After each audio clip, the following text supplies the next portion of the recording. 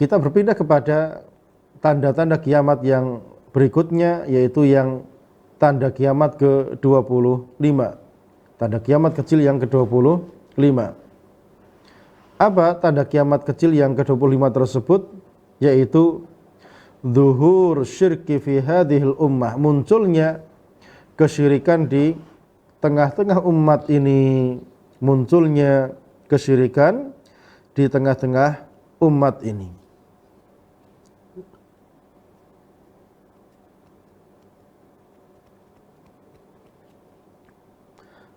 Hadza minal alamat, jadi munculnya kesyirikan di tengah-tengah umat ini yang padahal dahulu kala Rasulullah SAW itu berhasil mendakwahkan tauhid dan menghancurkan semua kesyirikan yang ada di Jazirah Arab.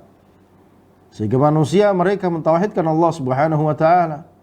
Dan ternyata kesyirikan itu dengan mudahnya kembali merasuki umat ini. Jadi kesyirikan itu perkara yang gampang terjadi, berbeda dengan kesesatan-kesesatan yang lain. Kesesatan ngaku sebagai nabi, kesesatan ngaku dapat video call dengan malaikat, kesesatan, berbagai macam kesesatan-kesesatan yang ada itu munculnya lumayan susah. Tapi syirik itu gampang terjadi di tengah-tengah umat. Makanya yang paling diwanti-wanti Nabi SAW kepada umatnya adalah masalah kesyirikan. Hati-hati dengan kesyirikan. Dan betul kabar yang disampaikan Nabi SAW bahwasan di akhir zaman nanti umat ini akan kembali menyembah berhala, akan muncul kesyirikan di tengah-tengah umat ini. Hadza min alamat allati dhaharat wa hiya fi izdiyadin. Ini termasuk tanda-tanda yang muncul dan dia semakin bertambah saja. Waqad waqa asyirku fi hadhil ummah, telah terjadi kesyirikan di umat ini. Walahiqat qabailu minha bil musyrikin, sebagian kabilahnya mereka ikut kembali dengan orang-orang musyrikin. Wa abadul authan, menyembah berhala. Wa banal masyahid al kubur, mereka membangun kuburan itu dipoles kayak gitu ya, kayak seperti walimah seperti ngantenan gitu. Ini kabar. Wa abaduha min dunillah, sehingga mereka menyembahnya selain Allah Subhanahu wa taala. Wa qasaduha litabarruk, mereka mencarinya, pergi kepadanya untuk dapat berkah, ngalap berkah. Wa taqbil wa ta'dhi, mencium-cium kuburan, mengagungkan kuburan. Wa qaddamu lahan nudhur, mereka bernadar kepada kuburan-kuburan tersebut, berjanji bakal begini begitu.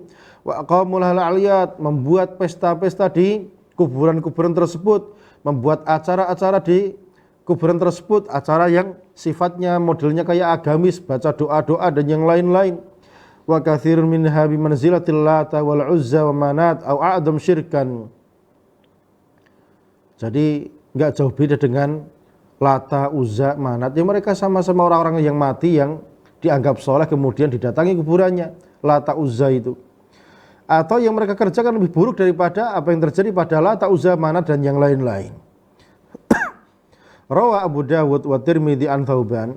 Abu Dawud dan Tirmidzi meriwayatkan dari sahabat yang mulia Thauban radhiyallahu taala anhu, annahu qala Rasulullah sallallahu alaihi wasallam, bahwasanya beliau berkata, Rasulullah alaihi salatu wasallam bersabda, idza wudi'a as-sayfu fi ummati, jika sudah terjadi pertumpahan darah, pedang ini sudah menimpa umat ini, lam yurfa anha ila yaumil qiyamah, dia tidak akan diangkat, alias musibah pedang, perpecahan, pertumpahan darah di tengah-tengah umat ini akan terus terjadi sampai hari kiamat, tidak akan diangkat oleh Allah Subhanahu wa taala. Ini kabar dari Nabi sallallahu alaihi wasallam. Jadi setelah terbunuhnya Umar, terus umat Islam itu tercapek-capek sampai hari ini, sampai kiamat nanti. Wala taqumus saah, dan tidak akan terjadi kiamat tersebut hatta talhaqa qabail min ummati bil musyrikin. Tidak akan terjadi kiamat sampai ada kabilah-kabilah dari umatku ini yang mereka mengikuti orang-orang musyrikin. Wa hatta ta'budu qabailu min ummatil authan, dan sampai ada kabilah-kabilah dari umatku ini yang mereka menyembah berhala-berhala. Rawah Syaikhan, Bukhari dan Muslim meriwayatkan dari Abu Hurairah radhiyallahu taala anhu qala, bahwasanya beliau berkata, qala Rasulullah sallallahu alaihi wasallam, Rasulullah sallallahu alaihi wasallam bersabda, la taqumus saah, tidak akan terjadi kiamat hatta tattariba aliyatu nisa'i dausin haula dzil khalasah. Tidak akan terjadi kiamat itu sampai bokong-bokongnya wanita dari kabilah Daus itu bergerak, ya, megal-megol gitu, ya, alias mereka keluar datang kemana? Datang ke berhalanya Dzil Khalasah. Jadi Dzil Khalasah itu berhala yang ada di sebelah selatannya kota Taif. Sampai hari ini pun dia tempatnya ada, dan wanita-wanita berbondong-bondong datang ke sana untuk menyembah berhala tersebut.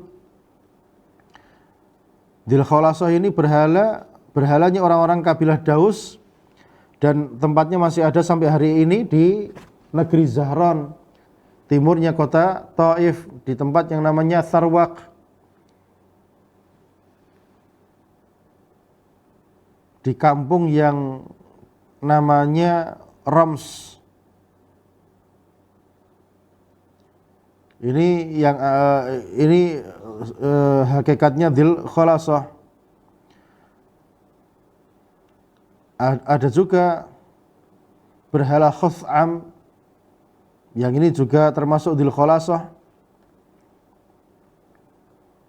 yang dibangun oleh dua kabilah Arab, Khuth'am dan Bujailah, yang tujuannya untuk menandingi Ka'bah, di mana Rasulullah SAW mengirimkan Jarir bin Abdullah pada peristiwa Fathu Mekah untuk menghancurkan berhala-berhala tersebut. Ini disebutkan oleh Imam Bukhari rahimahullah ta'ala dalam sahihnya, dalam kitab Al-Maghazi bab Ghazwati Dzil Khalasah. Ya, teman anak juga ada yang namanya Khuth'am, juga dari kabilah Khuth'ami, yang sekarang sudah jadi profesor di kampus ternama. Ya, ini kabar dari Nabi SAW, dan itu pasti akan terjadi. Dan kenapa kesyirikan itu kok gampang terjadi, nyembah berhala gampang terjadi? Ya, asal ada kuburan, maka itu akan terjadi fitnah. Manusia terfitnah dengan kuburan tersebut, apalagi ada namanya, oh ini orang soleh mati di situ, orang akan berbondong-bondong ke situ, sehingga kesyirikan gampang terjadi. Apalagi ada kelompok yang begitu mengagung-agungkan kuburan, padahal kuburan itu tujuannya untuk mengingat kematian. Tapi ada kelompok yang mereka, kelompok sesat ini, sengaja mengkultuskan kuburan, melindungi kuburan untuk dibangun, dimegah-megahkan, ya tujuannya untuk memfitnah manusia biar mereka datang ke situ. Datang ke situ dan nyembah-nyembah di situ, ngalah berkah di situ, ngirim duit, nanti duitnya dikumpulkan berkarung-karung, disetorkan kepada kiainya, kepada petingginya. Dan ini manusia sadar akan hal itu, entah tapi kenapa kok masih saja mereka setor duit kepada orang-orang yang mereka memakan harta manusia dengan cara yang batil.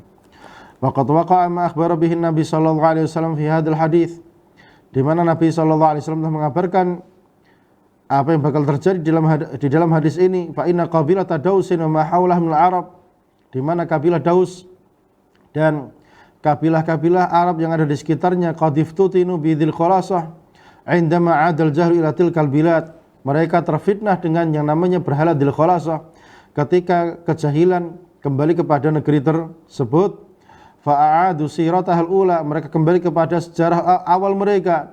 Wa abaduha min dunillah, menyembah Dzil Khalasah selain Allah Subhanahu wa taala, hatta qama Syekh Muhammad bin Abdul Wahhab, sampai datanglah pahlawan mujaddid Syekh Muhammad bin Abdul Wahhab rahimahullah taala bid'awati ila tauhid, mengembalikan dakwah, mengajak manusia kepada tauhid, mentauhidkan Allah Subhanahu wa taala. Wajaddat man daras min ad-din, memperbarui agama yang sudah banyak yang hilang, dikembalikan, diajak kembali kepada agama Nabi sallallahu alaihi wasallam. Wa 'adal Islam ila jaziratil Arab, sehingga Islam pun kembali ke jazirah Arab pada waktu eranya dakwah Syekh Muhammad bin Abdul Wahhab rahimahullah taala. Faqama al-Imam Abdul Aziz bin Muhammad bin Su'ud, maka Imam Abdul Aziz bin Muhammad bin Saud wa ba'atha jama'atan min ad-du'at ila Dhil Khulasah, di mana beliau Imam Abdul Aziz bin Muhammad bin Saud, anaknya pendiri Saudi yaitu Muhammad bin Saud yang namanya Abdul Aziz, mengirim pasukan dakwah ke Dhil Khulasah. Fa kharrabuha, maka mereka menghancurkan berhala tersebut. Wa haddamu ba'da bina'iha, menghancurkan sebagian bangunannya. Walamman taha hukmu Ali Saud alal Hijaz fi tilkal fatrah adal jahlu ila ibadatiha maratan ukhra. Maka tatkala hukum kekuasaan Ali Saud di Hijaz itu dikalahkan oleh Turki Utsmani, maka kejahilan pun kembali dan mereka kembali menyembah berhala Dhil Khulasah tersebut. Thumma lamma stawla al-Malik Abdul Aziz bin Abdurrahman Ali Saud al-Hijaz, maka tatkala Raja Abdul Aziz bin Abdurrahman Ali Saud, pendiri Saudi yang ketiga, kakeknya MBS, bapaknya Raja Salman hari ini, ketika berkuasa di Hijaz kembali, amara amilahu 'alaiha fa arsal jama'atan min jaishihi fahadamuha, maka kembali memerintahkan pasukannya datang ke berhala Dhil Khulasah yang ada di Daus tersebut dan dihancurkan. Wa azalu atharaha, dan menghilangkan jejak-jejaknya. Walillahil hamdu wal minnah, dan milik Allah Ta'ala segala pujian dan kenikmatan pemberian dan nikmat dan segala bentuk kebaikannya. Ini sebuah kenikmatan yang luar biasa, di mana kerajaan Saudi ini sangat perhatian kepada kuburan-kuburan, dihancurkan semuanya. Kuburan itu diziarahi bukan untuk disembah, bukan untuk diagung-agungkan. Ingat mati tujuannya itu kuburan itu. Nanti tuduhannya orang-orang jenggotan itu melarang ziarah kubur. Pahami ziarah kubur itu seperti apa. Jangan ngawur kayak gitu. Datang ke kuburan ngalah berkah, bukan tujuannya itu. Ngalah berkah ngirim duit situ, nyemplungkan duit. Diambil duitnya itu sama petinggi-petingginya itu, sama yang jaga di sana. Berkarung-karung. Ya, dibodohin kayak gitu kok tiap tahun datang aja. Haul. Ini subhanallah, kebodohan yang otak udah nggak berfungsi, tidak memakai akalnya untuk kembali kepada agama Allah Subhanahu wa Ta'ala. Kita ziarah kubur itu gak ada keperluan ngirim duit di situ. Sedekahkan di jalan Allah Ta'ala, membangun masjid, bagikan kepada para fuqara masakin, itu lebih bermanfaat daripada ngirim duit ke kuburan-kuburan tersebut. Dan ini kabar Nabi SAW betul-betul terjadi, bahwasanya nanti sebelum kiamat terjadi, maka kabilah Daus akan kembali menyembah Dhil Khulasah, dan betul terjadi berkali-kali. Dan nanti mungkin kalau kerajaan Saudi itu tidak ada, akan kembali lagi yang namanya penyembahan Dhil Khulasah. Atau mungkin Saudi masih ada dan terjadi perubahan politik pemerintahan dan gencarnya yang namanya pariwisata, sehingga namanya wisata itu yang haram-haram itu jadi dibolehkan. Ya mungkin saja terjadi. Tetapi kita berharap kebaikan dari negeri tersebut, di mana Allah Ta'ala menjadikan mereka sebagai penjaga haramain.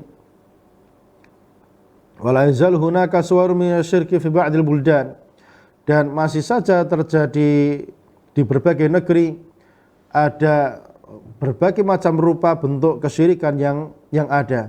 Wa sadaqar rasul, dan betul yang dikabarkan Nabi SAW yaqul, tatkala beliau bersabda, la yadhhabul al-lailu wan nahar, tidak akan hilang pergi malam dan siang, hatta tu'bat Lata wal Uzza, sampai Lata Uzza itu disembah. Faqalat Aisyatu, maka Aisyah radhiyallahu ta'ala anha berkata, ya Rasulullah, wahai Rasulullah, in kuntu la'adunnu hina anzalallah, aku ini mengira tatkala Allah Ta'ala menurunkan ayatnya, huwallazi arsala rasulahu bil huda wa dinil haq, dialah yang mengutus rasulnya dengan huda, dengan petunjuk, wa dinil haq, dan agama yang hak, liyudhhirahu 'ala dini kulli, untuk akan menampakkannya atas agama seluruhnya, walau karihal musyrikun, walaupun orang musyrik itu mereka tidak menyukainya. anna dzalika taman, bahwasanya itu adalah terjadi secara sempurna, alias tidak akan terjadi kembali kesyirikan itu. Qala Nabi alaihi wasallam jawab, innahu sayakunu min dzalika ma Allah, itu akan terjadi masya Allah sesuai dengan kehendak Allah Subhanahu wa taala. Tsumma yab'atsullahu rihan thayyiban, kemudian Allah taala mengirimkan angin yang baik. Fadhufiya kullaman fi qalbihi, maka wafatlah setiap yang ada di dalam dadanya itu, di dalam hatinya itu, mithqala habbatin khardal, sebiji sawi dari keimanan. Fayabqa man la khaira fihi, sehingga yang tersisa hanyalah orang-orang yang tidak ada kebaikan pada mereka. Fayarji'una ila dini abaihim, sehingga mereka kembali kepada agama moyang-moyang mereka. Wa madzahiru syirki katsiratun, dan model-model kesyirikan itu sangat banyak sekali. Falaisat mahsuratan fi ibadatil ahjar, dia tidak hanya terbatas pada penyembahan batu-batu, wal asjar, pohon-pohon, wal kubur, dan kuburan-kuburan, bal ada, justru bahkan meningkat, meluas, ila ittikhadhi tawaghid andadan ma'allah, menjadikan tagut-tagut sebagai tandingan-tandingan bersama Allah Subhanahu wa taala. Yashra'una lin-nasi min 'indi anfusihim, mereka membuat syariat untuk manusia dari kantong-kantong mereka, dari saku-saku mereka. Yulzimunan nas bitahakum ila syariatihim, mereka mewajibkan manusia untuk menggunakan hukum yang dia buat itu. Fatarki syariatillah, meninggalkan syariat Allah Subhanahu wa taala. Fayansibuna anfusahum alihatan, sehingga mereka menjadikan diri mereka sebagai tuhan-tuhan, sesembahan-sesembahan ma'allah, bersanding bersama Allah Subhanahu wa taala.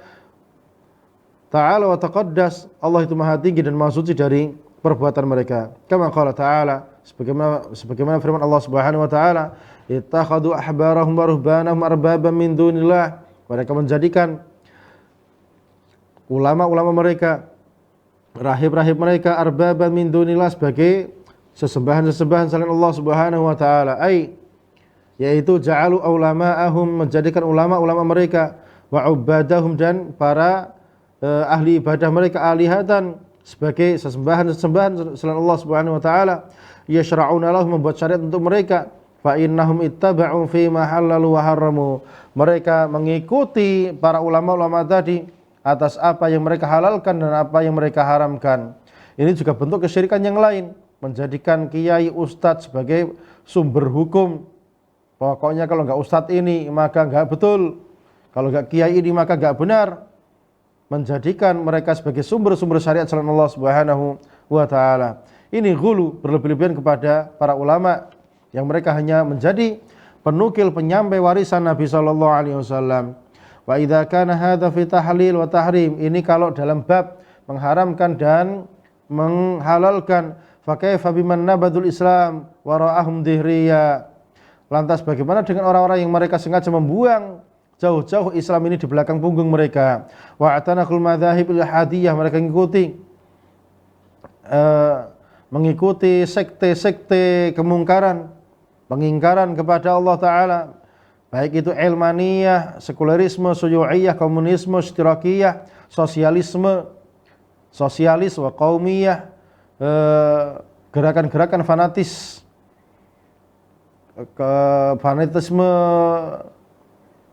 kedaerahan.